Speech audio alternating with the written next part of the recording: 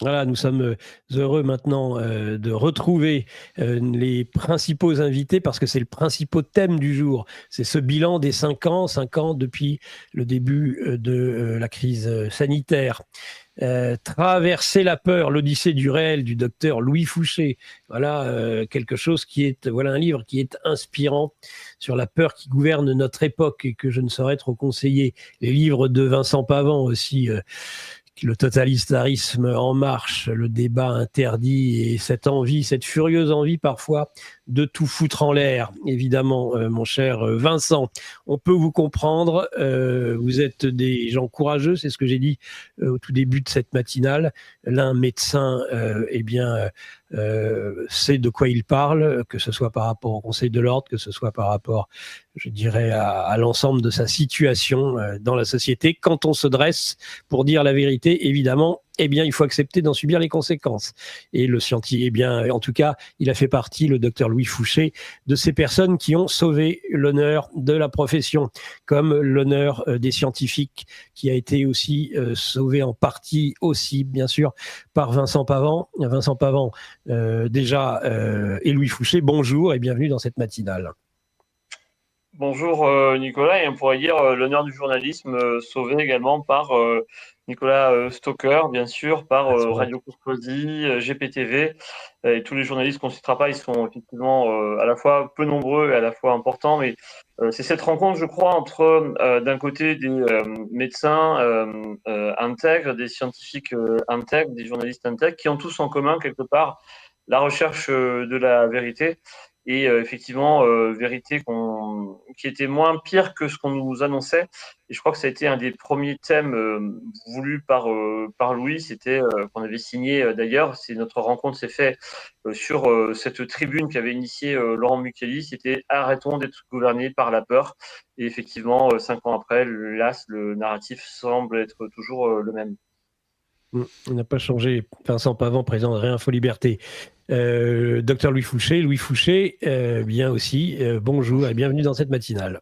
Bonjour Nicolas Stocker, bonjour à tous vos auditeurs de GPTV, à tous ceux qui permettent que ce soit possible, qui font des dons et qui maintiennent la possibilité d'une alternative dans les médias. Je me souviens qu'il y a quelques 5 ans de ça, un journaliste de Radio Courtoisie m'a appelé pour me proposer de venir parler dans un format complètement différent de tout ce qu'on m'avait proposé jusqu'ici dans les médias dominants, puisque d'habitude on me donnait quelques 3 ou 4 minutes pour arriver à en placer une entre deux moments de pub et entre 5 ou 6 contradictions extrêmement brutales. Et là, Nicolas Stocker m'a permis de parler pendant 2-3 heures d'affilée dans des émissions le samedi. Et pour moi, ça a été un des étonnements aussi, c'est que j'avais des a priori, clairement, sur Radio Courtoisie. Je pensais que c'était une radio extrémiste. Et tout a volé en éclats. Le constat de ces dernières années, c'est que toutes mes croyances, tous les cadres, les prismes de lecture que j'avais sur le monde, la gauche, la droite, le haut, le bas, l'expertise, la non-expertise, ont volé en éclats. Voilà. Donc, oui. Mais pour nous tous. Ça. Mais merci à vous aussi de nous avoir permis de prendre conscience aussi, parce que des narratifs médicaux avec un conseil scientifique qui en surplomb, c'était vraiment pas évident. Et si on n'avait pas eu votre aide, eh bien, je pense que les choses auraient été infiniment plus compliquées, puisque nous n'aurions même pas eu d'éléments pour contrer justement la propagande. Alors, comment voulez-vous débuter, en tout cas sur... Qu'est-ce que, justement, peut-être sur une rétrospective de ces 5 ans et un parallèle évidemment avec les narratifs actuels qui sont toujours des narratifs de la peur, quel bilan déjà, quel premier bilan, je veux dire global, et puis après petit à petit on va peut-être rentrer sur des éléments précis justement. Vincent ? Oui, alors en propos en introduction, j'aimerais rappeler un petit peu ce livre de Hannah Arendt, donc, qui s'appelle La nature du totalitarisme, qu'elle a écrit. Donc, elle a écrit 2 livres importants. Vincent, il y a un petit problème de son. Je ne sais pas si on peut le. Il est haché, coupé. Vas-y. Est-ce que vous m'entendez mieux peut-être qu'il faudrait que je prenne. Alors je peux prendre la parole peut-être en attendant que voilà, Louis va débuter pendant que Vincent, voilà. Donc Vincent voulait partir sur cette question du totalitarisme chez Hannah Arendt et des grands moments au fond totalitaires qui ont représenté le nazisme et le régime soviétique et le stalinisme, et qui deviennent les paradigmes finalement, l'outil avec lequel on va comprendre le totalitarisme. Un paradigme, pour ceux qui connaissent pas ce mot, c'est Rosa, Rosa, Rosam, Rosae, Rosa, voilà, c'est la première déclinaison, c'est Rosa, quoi, le paradigme de la première déclinaison en latin. Donc le paradigme du totalitarisme, c'est cette idée à un moment, avec des variations très différentes, mais que toutes les structures institutionnelles volent en éclats et se mettent en résonance les unes avec les autres pour essayer de former une sorte de régression adultérum. C'est comme ça que je le comprends en tout cas, c'est-à-dire un moment où il faudrait tous revenir dans le ventre de maman et être bien protégés et irresponsables. Et maintenir l'irresponsabilité totale et s'isoler du monde, mettre une carapace sous la forme d'un utérus, d'un ventre, etc., pour être loin du monde et accueillir le réel de manière très apaisée, par vous savez, si vous faites des gros bruits à l'extérieur, le fœtus à l'intérieur du ventre n'entend pas les énormes déflagrations. Il est protégé à l'intérieur. C'est ce qui est en train de se passer, c'est-à-dire qu'on a un double mouvement, à la fois d'effondrement de toutes les structures institutionnelles telles qu'on les connaissait. Et j'ai souvent dit ça dans cette crise, que c'était non seulement une crise sanitaire, mais c'était aussi une crise de la science et de la production du savoir, que c'était une crise de la science, mais c'était une crise de la médecine. On se rendait compte petit à petit que la médecine n'était plus au service des citoyens et des patients, mais devenait un outil de business et de pouvoir. C'est non seulement une crise de la médecine, mais c'est une crise de l'université, de la création du savoir au sens large et de la publication médicale, comprenant que cette publication médicale était devenue le bras armé du secteur marketing des laboratoires pharmaceutiques, et que maintenant une grande partie des études qui sortaient dans les grandes revues prestigieuses, The Lancet, et d'autres, le New England Journal of Medicine, étaient en fait grevée de conflits d'intérêts majeurs, frauduleuse, et était là pour maintenir une doxa majoritaire. Alors c'est une crise de tout secteur-là, mais c'est aussi une crise sociale, et on n'a jamais vu autant de gens s'appauvrir à une vitesse extraordinairement rapide dans les 5 dernières années, avec une perte du pouvoir d'achat qui revient sans cesse comme un leitmotiv dans les discussions publiques, mais une réalité pratique qui est que plus personne ne peut accéder à un logement quasiment sans un emprunt à 40 ans, et maintenant la plupart des banques vont refuser, si vous n'êtes pas fonctionnaire dans une case, le cul vissé à votre chaise avec l'argent qui tombe tout seul pour l'éternité. Mais si vous avez le malheur d'être auto-entrepreneur, là, vous aurez accès à rien. Et donc c'est une crise sociale, et on a vu, nous, pendant le Covid, de plus en plus de gens aux soupes populaires, chose qu'on voyait plus depuis des années, et au coin des rues, des mendiants, des gens dans des tentes. Et je me souviens, j'ai eu ce moment frappant d'arriver au bois de Vincennes, juste à côté de l'endroit où j'ai grandi, et de voir des tentes de migrants partout, juste à côté du château de Vincennes, de dire mais qu'est-ce qui se passe?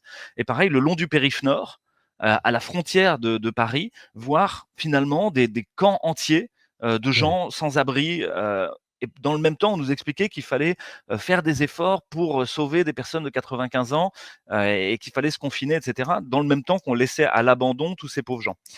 Donc c'est une crise sociale, mais c'est aussi une crise médiatique. On l'a tous bien compris, les médias de grand chemin, comme dit Solan Despot, hein, la traduction de médias mainstream, vous comprenez, mais pour dire qu'ils sont là pour vous faire les poches, hein, les bandits de grand chemin, résonne avec ce film qui avait été fait par Pierre Barnerias et qui a fait coûter tant d'encre, Hold Up. Je trouve que le titre à rebours est tellement bien choisi. Il y a une sorte de prescience dans ce titre, parce qu'on a vraiment l'impression d'avoir un flingue sur la tempe et on nous dit la bourse ou la vie. Et puis, on va vous rincer votre épargne, on va vous rincer votre boulot, vous allez être suspendu, etc. Alors, finalement, toutes ces institutions, on pourrait imaginer que ce sont les piliers du temple dans lequel on vit ensemble, les piliers de la vie collective, et que ces piliers sont en train de s'effondrer. Et ça nous tombe dessus. Et là, qu'est-ce qui se passe? Il y a des gens qui se cramponnent à des morceaux de sable, à une corde de vent, à quelque chose qui leur file entre les doigts, qui font semblant de rien. On va les appeler les normistes, on pourrait dire. Mais on peut comprendre, c'est quelque part une façon de se protéger. Si j'ai pas les ressources pour faire face à ça, je préfère ne rien voir et me répéter comme dans un système, comment on appelle ça, la méthode Coué, que tout va bien. Et puis, il y a d'autres gens qui commencent à comprendre et qui essayent de rebâtir à mesure ou de maintenir, d'écoper dans le bateau qui est en train de couler en même temps. Puis d'autres gens qui commencent déjà à partir et à se tirer, à essayer de faire autrement. Voilà, donc on pourrait élaborer de manière encore plus ample l'ensemble des crises que ça représente, mais on pourrait dire que c'est une pancrise. Et une pancrise, ça veut dire c'est la mort. En médecine et en réanimation, on appelle ça une défaillance multiviscérale. C'est-à-dire les fonctions vitales qui vous maintiennent en vie la fonction hémodynamique, respiratoire, neurologique, hépatique, rénale, digestive et hématologique fonctionne plus. On appelle ça défaillance multiviscérale, MOF, Multiple Organ Failure. Et ça, on sait que ça veut dire vous allez mourir. Vous aurez beau faire tout ce que vous pouvez en réanimation, mettre toutes les machines que vous voulez, remplacer les reins, remplacer la respiration, remplacer le foie, vous n'y arriverez pas.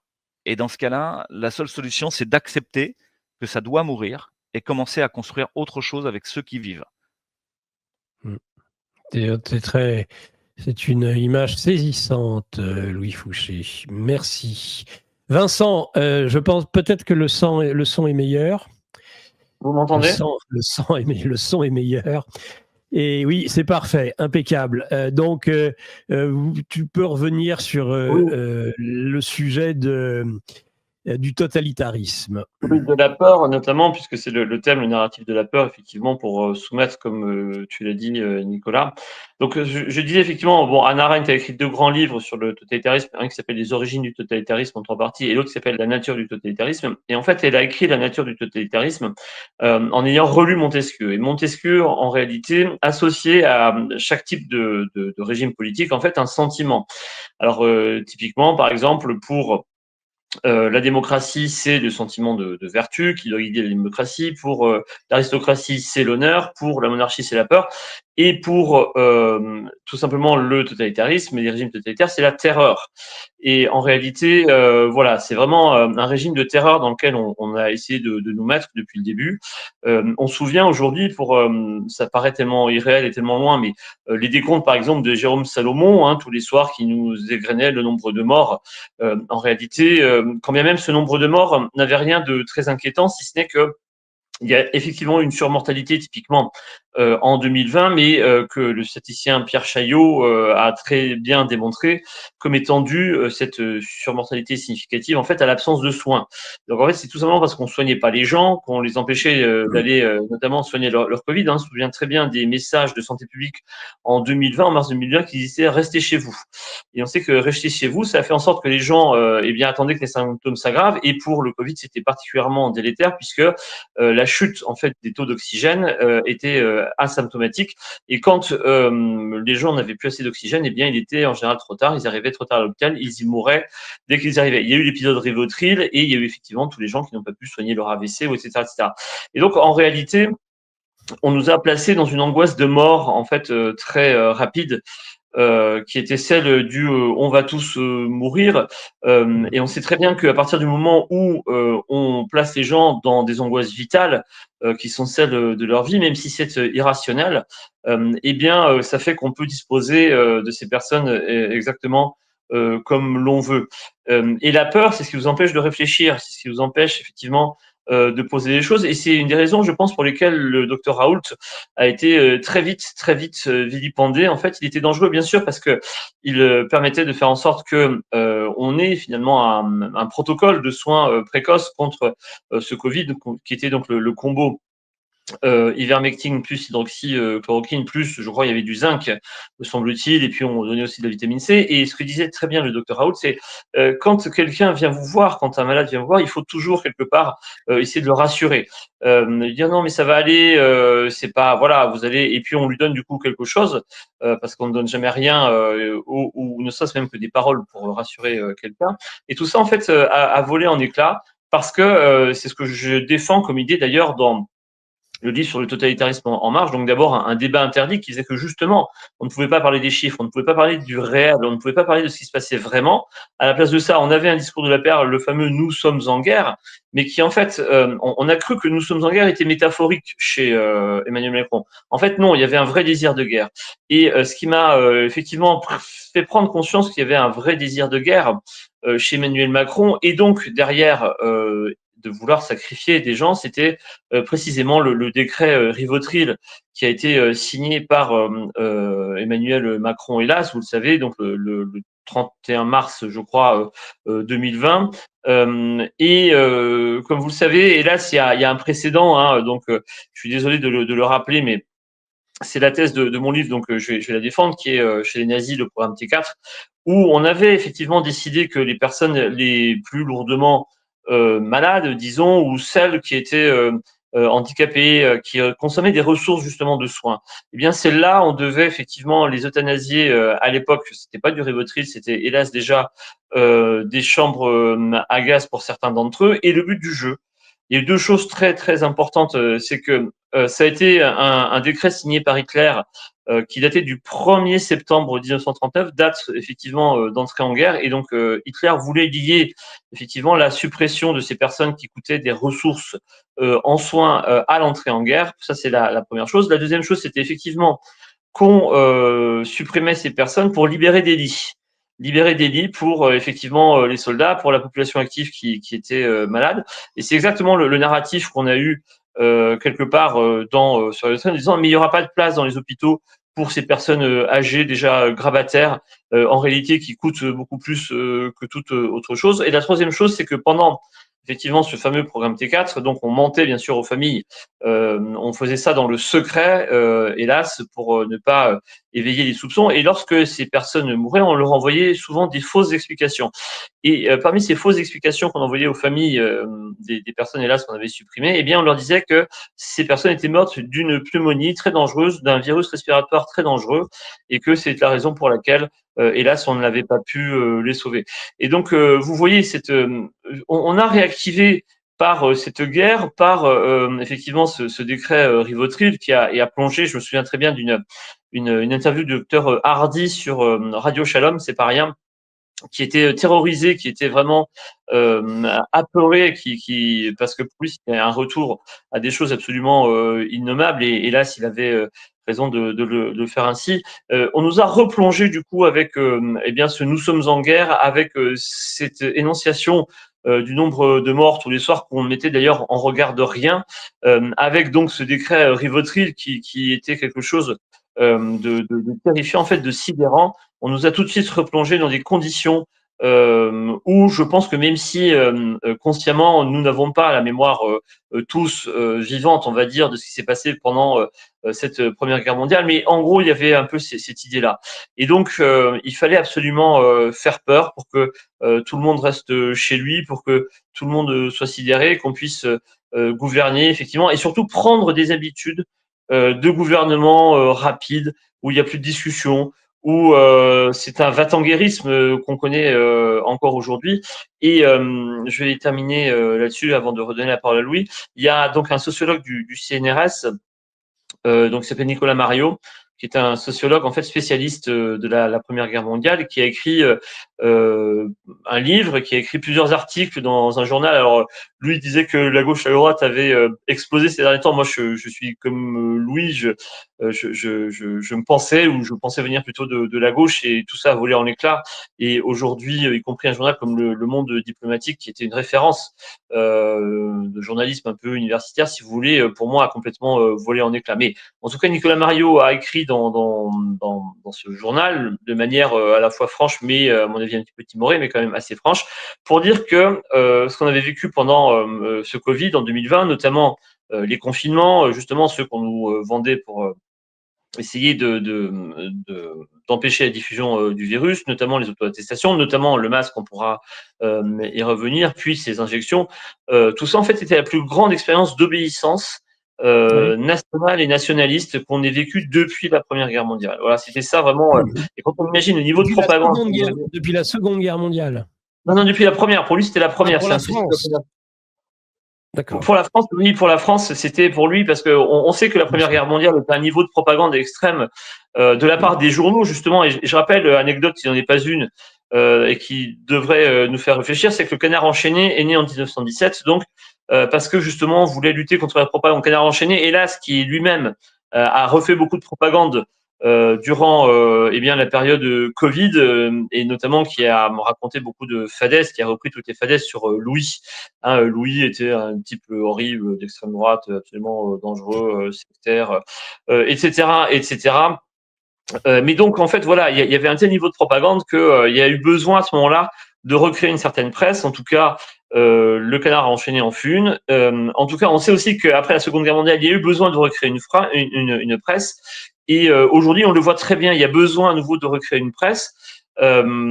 François en fait partie, bien sûr, GPTV en fait partie, pas mal de radios sur le net, et puis l'évolution en tout cas. Et moi aussi, je voudrais souligner, comme l'a dit Louis, que ma première émission de radio que j'ai faite, c'était avec un certain Nicolas Stocker, qui m'avait lui aussi invité dans un grand format. Effectivement, on redécouvre les grands formats à la radio, avec qui plus est en plus des paroles qui sont données non plus vraiment à des journalistes, mais à des gens, ce que Bourdieu appelait les intellectuels spécifiques, dont le modèle était chez Michel Foucault, par exemple, qui intervenaient dans le débat parce qu'ils avaient des connaissances particulières. Et aussi bien pour Louis Fouché que pour moi-même, c'était dans cette idée que dès le début de la crise, il y avait des fausses idées qui étaient véhiculées.